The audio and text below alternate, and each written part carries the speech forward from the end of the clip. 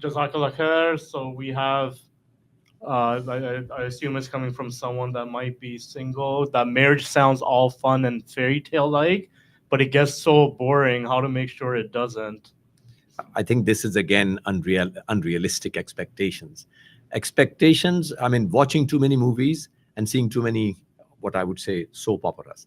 That's what this approach comes from, unfortunately. Maybe not, that's maybe not all. Maybe it's the conversations that take place. That's what I was saying to my brother as we were traveling here. I said, in our gatherings, and there's a lot of them, like most times when I ask people to come and join something that I think might be beneficial, the most common excuse, Brother Mushtaq, I get is, oh, there is a shadi, oh, there's a marriage, oh, I'm traveling to have this gathering, that gathering. No problem. People have social interaction. They should. But what actually takes place in these social interactions? How often do relevant topics become a part of this family conversation? Like I said, we have to take this bull by the horn. We have to understand that our youngsters, this youngster who's asking, or somebody who's not married is asking, is again asking because I think he or she might have seen something to say, I thought marriage was that Romeo and Juliet thing that I saw. Yeah. I thought it happens like the prince of such and such country does, or this other. But hey, the reality of life is we have to cook, we have to clean, we have to. There was a couple that emigrated here from the Middle East. I talked about many years ago. The reason they returned back is because the wife was not used to cleaning her own washroom. Can you imagine, Brother Mushtaq? It's a huge reality test that I think a lot of us really have to go through. We never expect our boss to be perfect the day we arrive there, do we? We don't expect a movie-like situation there to say, my boss will love me and I will love the job.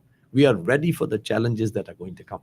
Yeah. I would suggest we take marriage more seriously. Yeah, I agree with that. Let me offer a different point of view, and regardless, like you said earlier, regardless of age, but I think a lot of perhaps what has informed this person, I'm just guessing here, is again going back to the social medias of the world, right? The TikToks and the Instagrams and the stories and blah blah blah. It's, everything is all fun. But where I'm really going with this is, as you said, social media addiction. Yeah. Because we've been trained. Now it's been 20 years since Google, YouTube, they've all been around. Generations have now been brought up on YouTube and on Google, blah, blah, blah, on your cell phone, basically. Yeah. So what has that done to the mind? Okay. And your dopamine, we've discussed this in past podcasts where everything is a quick hit. Everything is quick. And look, you look at YouTube shorts, my own children do this. And I caution them all the time. Look, you're watching something for 5 seconds. You get that quick hit. Oh man, that's awesome. Okay. Next. And I think a lot of people now, that's literally how they view their life. Yeah. That everything has to be that quick hit of fun. Yeah. So you know what? You can do that. I'm just putting it out there. If you find a partner that is like in sync with you, that wants to have fun. But to your point, just like life, not everything is all about fun. Yeah. Sometimes it's about finding that deeper meaning, that deeper connection, raising a family, working, focusing on your professional career, your professional goals, focusing on yourself, self-discovery, all of that. The title of this talk, this podcast that Brother Kashif sent me was How to Get to Jannah. Yeah. I think we should bring that afterlife concept in a mild, in a very gentle way into this conversation by saying, my brother, my sister in Islam, what is this all about at the end of the day? You are taking these 50, 60 years of your life to be way too important. They are important, but they're going to decide your eternity. You may not have realized holding your tongue back. The Prophet ﷺ in a hadith said, the one who does not argue, even though he or she is right, can prepare his house in Jannah with me. What other incentive do we need when we hear that not arguing for the sake of argument is actually very beneficial both in this and the next one? Conversations don't go very far if there is only one hand. Clapping cannot be done with one hand for very long. You can thump the table, you can make a lot of noise, but the reality is the other partner will realize my partner does not take any interest in these negative, not going anywhere conversations. Preserve your energy. And I would go as far as saying we have a lot of spare energy because we are not using this energy in useful means. Why don't we walk for half an hour every day? It would really bring out the positive energy and the, what I would call the nice hormones that you mentioned earlier on. It will improve the possibility of my focus. It will actually give my memory a gentle boost as well. Why don't we just, I mean, a lot of, I would say, negativity would perhaps be better dealt with if we read more, if we took more time. These unrealistic expectations of life, you quite rightly said, are coming from exposing ourselves too much to the media, where a lot of it is sadly fake. A lot of it is made up. People show the best side of their lives to the world, but insides are maybe not so happy. So I would say to this youngster, or perhaps not so young person, don't lose fact that marriage may be the reason you enter Jannah. Yeah, 100%. Because you are patient with all that goes on. Why are we given so much instructions about marriage anyway? Why does the Prophet ﷺ say so much about maintaining? Why is the first relationship, as we mentioned right at the beginning of the podcast, marriage, that is husband and wife? Why is this something that will lead you to Jannah? Because you will deal with so many adverse situations. The idea is never a fun and games thing. This is not a party. This is it is a party also. Please don't get me wrong. It's not just a suffering game. But I think only to imply that if it's not fun, I'm not going to do it. I think you will find yourself falling into a very deep abyss with that thinking. Okay.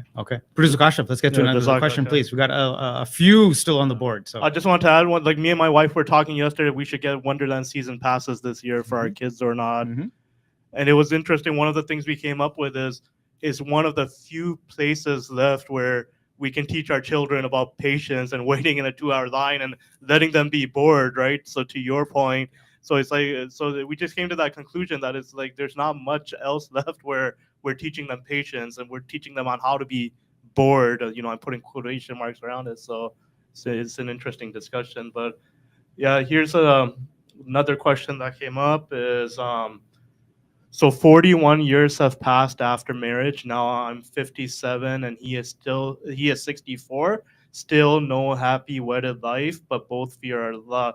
Now this is you know, because we see this a lot now where the generation before us, like they're getting older now and they had different priorities. Maybe they were immigrating. They didn't build that connection. Now we see a lot of aunts and uncles that are older than us, you know, sort of living this sort of just life, and the children are seeing it too and questioning, why do I want to get married if this is what it ends up with? So what advice do you have for older couples that now they're just alone with each other, right? The kids are gone, the jobs are gone, everything's gone. But so what advice do you have for them? It's a very relevant question. Absolutely. I'm reminded of Sayyidina Umar radiallahu anh. A man came to him and he said, I don't love my wife anymore. Okay. I don't want to be with her. Okay. Sayyidina Umar said, since when did marriage become love only? It is about love and mercy. It's rahma wal mawadda, as the Quran describes. So he said, look, marriages don't last because you love somebody. Marriages last because you realize the other person has given what they can. Or perhaps they didn't ever want to give as much as I wanted. But hey, we've been together 40 years. Yeah. There must have been something good going here. Yeah. Right? And I remember somebody saying to me, I'm so tired of my wife. She's always at this point where we both end up, basically, we get to the same point all the time. So I said, that sounds like she's very predictable. He said, yes, she is. So I said, after 20 years, aren't you used to that? Aren't you able to accept that this individual will not change? Aren't you able to have some softness in your heart? Look, what did she save you from? People say, oh, she didn't do anything from me. She saved you from falling into a haram relationship. Yeah. She gave you maybe hundreds of meals that were tasty. She maybe saved you from backbiting about another individual. Yeah. Maybe you have some beautiful children. See, this idea of focusing on one aspect of it, we're not happy.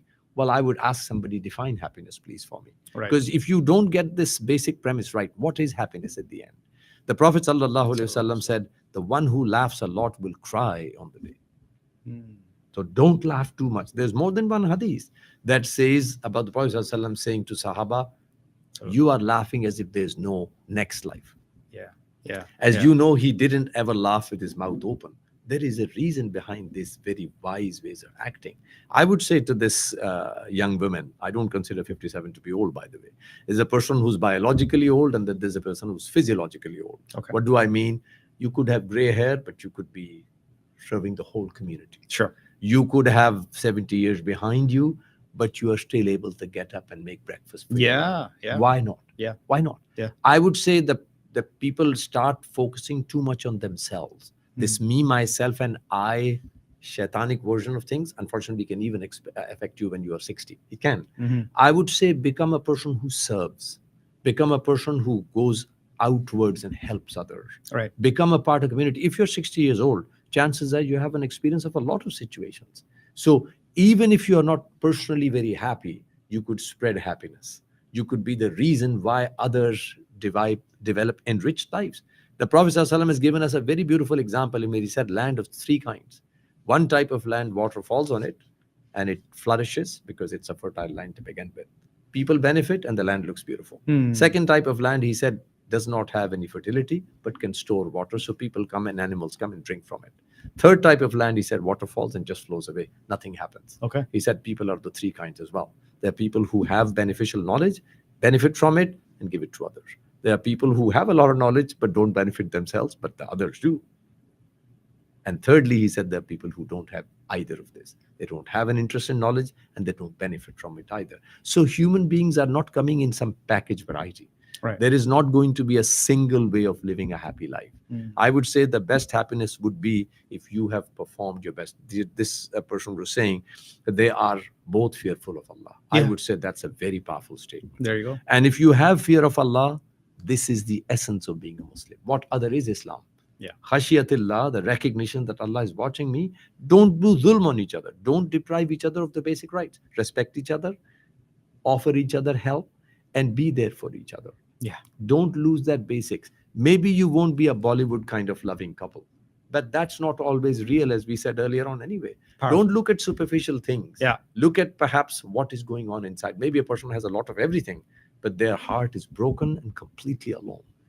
You don't sound like that person. So don't count your happiness in some, like I say, superficial terms. Yeah. Be content with what Allah has given you. If He's given you a partner that has been with you for 40 years, okay, without too much happiness. It's too late now. I wouldn't advise you to say, find somebody else. It's not. I would say be content with what you have. Yeah. Sayyidina Umar has also another statement where somebody came to his house because they had an argument with his wife. When they came to Sayyidina Umar's house, Umar was having an argument with his own wife, where his wife was telling him, what's up? Okay. This Sahabi, when he knocked the door and heard what was going on, decided to leave. Umar came to the door and said, why did you come? He said, it's okay. He didn't want to bring this up. Umar asked 3 times. And Umar is not somebody that they allow on who you can argue with. Yeah. He said, I came, but I heard that you have the same problem. Umar said, SubhanAllah, words that I think, Brother Mushtaq, are golden. He said, look, this woman has bore with me for the last so many years. Yeah. She's given me children. She cooks my food. She's content, patient with me. Can't I listen to her when she's upset? Yeah. Like, why do we have this, like I say, movie-like relationship in our hearts anyway? Excellent It's not perfection. Like I said, it's progress. Yeah. It's not perfection. Yeah. I hope that's answered the question. Yeah. And look, to sum it up, and again, to use the another phrase, the grass is not always greener on the other side. Right. You know, Right. so please count your blessings. Right. Producer Kashif, let's go to the next question. Yes, we are approaching the top of the hour, but Yep. there's, there's some constant questions related to the same type of thing that have come in. So I'll just wrap it up with maybe 2 more. And Dr. Rashid, sorry, I'm gonna rush you a bit because we are approaching. So there was a lot of questions, for example, about this one, about toxic in-laws, how to keep toxic in-laws away. They make fun of me, and when I complain about it to my husband, he ends up not doing anything. So these, so in-laws relationships in general. A lot of questions about You've in-laws. addressed this a few times. I mentioned it briefly. I've mentioned it again. First of all, recognize Allah Ta'ala has said in Surah Al-Mulk, I have not created death and life except that I want to see how are you when tests are put in your life, or what is ahsanu amal. Allah Ta'ala says, Alladhi khalaqal mawta wal hayata liyabluwakum ayyukum ahsanu amala. I did not create life and death except that I want to see how do you perform. Allah knows these, within inverted commas, in-laws didn't come in your life by accident. They are a part of the package. We only look sometimes at the packing, not what's inside it. But the husband never comes alone. He has a mother. He is expected to be obedient to his mother, obviously within limits. He can't obviously completely deny his wife, but I find husbands, if you like, position is a very precarious one. They are not given this administrative position for no reason. They have to keep a balance between the the emotions of the wife and the respect of the mother. Yes, many husbands don't succeed. But the fact that they are not successful one day does not imply that this is a never-ending situation. I would say to the sister, you have an option. First of all, talk with your husband about this. Yeah. And this lady has said that she has. Mm. And bring this up in a manner where he is able to hear the other side of story. That's why I was implying attend workshops together. Yeah. Listen to these podcasts. Read books together. Increase your knowledge. Nobody is perfect the day they get married. It's work in progress, like you said. Yes, some of these challenges are tougher. Yeah. Yeah. Jazakallah khair. And then the second sort of a lot of questions came around in about this concept of where one person wants to invest in the marriage, make changes, but the other is not willing to change, or the other is not willing to, put the work in. So, for example, what should I do if the husband doesn't want to change and lies to you? So, for those type of situations, here I would say that this implication somehow that I can change my partner, this is an extremely erroneous concept. You are not responsible for taking your husband to Jannah. You're not. Neither you're responsible for taking your children on that same plane to Jannah. You are obliged to create the best environment so they have difficulty doing things that will harm their relationship with Allah. Definitely. And in the process, yes, there will be many road bumps. And when people say, and I hear this often, I want to, but he doesn't want to. And I wish she was watching this. Here, the implication is somehow that you have control over another human being, or somebody else has control over somebody. I have seen people having a change of heart because, yes, a khutbah, I have seen it. It's not common, but it can happen. It's also necessary, I think, to have friends that encourage you to do all good things. I think it's extremely important to find good company.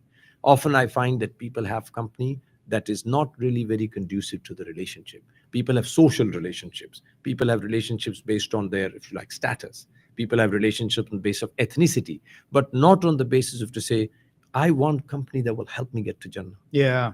I want company that will guide me towards stuff. There is an uncle that I mean, again, I think this is the result of mass immigration, which we have done the last 30 years, like we were implying earlier, that people have come in without realizing that big counseling support we had. Where were counselors in the 70s and 80s? They didn't exist. Right. Your uncle was your counselor. Your neighbor was your counselor. Your good friend's dad was your counselor. Maybe somebody that was just a teacher was your counselor. So I would say all of this village concept has to also be brought back in some shape or form. So a lot of these things which sisters and brothers are handling alone can be a little bit less severe than they are. I'm sorry, time is short. Yeah, and I think, Producer Kashif, maybe, and Dr. Zaihan, I mean, it would be amazing for you to come back and address this issue alone, because we've talked this up time and time again. And this is where I'll look into the camera and I'll say, look, guys, brothers, men, and I'll say it again and again, whether you're Muslim or non-Muslim, it is basically man up, okay? And to man up, to be a man, and we've discussed this in previous episodes as well, it is not perhaps your notion of what a man being is, being the dominant force in the house, and, whatever I say must go. No, I'm sorry. That is an antiquated, wrong approach to being a man. Being a man is what the Prophet ﷺ had taught us. And yes, he was romantic as well. He would drink from the exact same, spot. And I'm just using this for illustrative purposes. Aisha, there's a very famous hadith. Yeah. She would drink from a particular portion, and the lip marks or whatever it was, maybe lipstick or whatever, it was there on the cup, right? Yeah. He would drink from the same cup. He would literally place his lips on the same spot. Yeah. That is a romantic gesture. Yeah. Okay, so yes, a man can be strong, a man can be humble, a man can be romantic, a man can do the house chores, whether your wife is working or not, whether your wife is a professional or not. But to be a proper man in 2025, 2026, or whenever you watch this video, please use the Prophet ﷺ as your guide. Again, whether you are Muslim or non-Muslim, because look, at the end of the day, I'm getting tired of, it doesn't really matter what I think anyways, at the end of the day, but this has become enough of a common occurrence that we've heard time and time again. My husband doesn't want to change. My husband this, my husband that. For God's sakes, Look, marriage is an institution. Yeah. Marriage is for both wife and husband and wife. Yeah. And yes, as you said earlier, there are many forces at work here that are trying to literally dismantle the institution of marriage, not just for Muslims, but also for Catholics, All over. for people of the Jewish faith, and so on and so on and so on. Yeah. It's not just systematic, systematic or endemic to any one religion or faith. Yeah. It's happening with across the board, across the spectrum, for various reasons. This is not the point of the topic here. This is not the point of the discussion. The point of the discussion is for men, if you want to be a real man, again, I've said it and I've said it again. Andrew Tate, I don't think he's watching, and I don't really care if he's watching or not. He's not the role model you want to follow.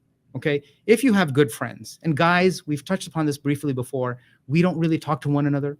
Yeah. Even in our own circle of guy friends, we're not talking about, oh man, my wife or my woman or my girl, whatever. That doesn't really happen. Yeah. Okay. No, I'm not. Guys are just hardwired differently. Unfortunately, that's just the way we are. Okay. When we go out, we have that me time. We do other stuff. Yeah. We're not talking about our wives. It is what it is. Yeah. So how can we develop ourselves? Like you say, educate yourself. Oh, for sure. Educate yourself 100%. Educate, read, watch other, go talk to an imam. Yeah. Or talk to somebody you look up to. Yeah. And be like, man, Kareem, Abdul, Chris, you've had an amazing, from what I can tell, you and Nancy, you and Fatima, you and Aisha, you've had an amazing relationship for 30 years. Yeah. How can I do that, man? Yeah. What are some of your secrets? Yeah. Or talk to somebody elder in the community. It's not hard. Yeah. It's not hard. Bring back that concept of being able to defend your actions on the day of judgment. Remember, you will be alone. Your family will potentially either help you or hinder you from entering into Jannah. Yeah. Bring back that concept. Maybe not every day, but maybe every Ramadan. Maybe when somebody you hear in your family has passed away, or when some other event occurs that makes you think, to say, would I not be one day in this situation where I will have to be the only one that answers this question? Let's make sure that I'm not caught out that day. It may not be something that people think every day, but as I say, it's a good idea to revise the purpose of one's marriage. I strongly recommend that people every year take a time, maybe a day, and revive their marriage and look seriously at some of these points we made. I didn't say much about Tahajjud. Do the evening, the night prayer together if you can. It brings a great deal of, if you like, tranquility into the marriage. And without question, I remember Imam Taymiyyah, rahmatullah alayhi, being asked by somebody, a woman who said, I cannot please my husband no matter what I do. Mm-hmm. Imam said, have you got a few minutes every day before Fajr comes in? She said, I've got as much as you need. He said, get up a little before Fajr and ask Allah. And of course, the implication would be, ask Allah for what? He said, ask Allah to be pleased with you. Mm-hmm. Forget the other person. Mm-hmm. Nothing can happen unless Allah has allowed that person to do what they're doing. Ya muqallib al-qulub, thabbit qalbi. Allah is Nabi alayhi salatu salam saying, Ya Rabb, please make my heart sabat over your deen. Ya Allah, be pleased with me. Mm-hmm. Ya Allah, don't punish me. Ya Allah, help me. How often do we get up in Tahajjud before Fajr and spread our hands? A beautiful opportunity. I'm not saying dua is the solution to it all, but dua is a very powerful tonic, which we should not underestimate 100%. In any relationship issues that we have. 100%. 100%. Producer Kashif, is it time to wrap up? Okay. We have the thumbs up. This has been an episode where we've talked a lot. You've gone through 9 T's, the letter T, as in what to do. You started with Tahajjud. I don't think we touched upon number 10, or did we? We didn't. It was temper. Temper. Okay. Controlling temper. Controlling temper. Temper has caused more harm to marriages than anything else that I can think of. Oh, yes. So it's that outburst of rage because something else affected us, and we have not really allowed a proper way of venting. Yeah. And it all comes out at the inappropriate time, and yes, it causes disaster. 100%. So it comes back full circle. It comes back full circle to taqwa. Yeah. Understanding that there is you, your spouse, and God. Yeah. Allah, Rabb, the Creator. Yeah. So again, I'll say it time and time again, whether you're Muslim, you're non-Muslim, if you are watching this episode, if you found it helpful, if you think someone else could benefit, share, subscribe. The Happy Strong Family team does a workshop. That workshop is online now, and it's available for a fee. It's $47, I believe. Sister Hina Mirza has done it, but there's an on-site thing coming up also in Islamic Center of Bowmanville on May 17th. Should Okay. anybody be interested? Perfect. It's on our website. So you have an on-site marriage workshop in real life. You have an online course, Yes. which is available 24/7. It's easily accessible. Yeah. So there are resources. Yeah. And as we've said time and time again, educate yourself. So again, for anyone watching, we do sincerely hope this has been helpful. Share, and we hope you come back. We live stream every Sunday from Masjid Dar al Iman, from the Happy Strong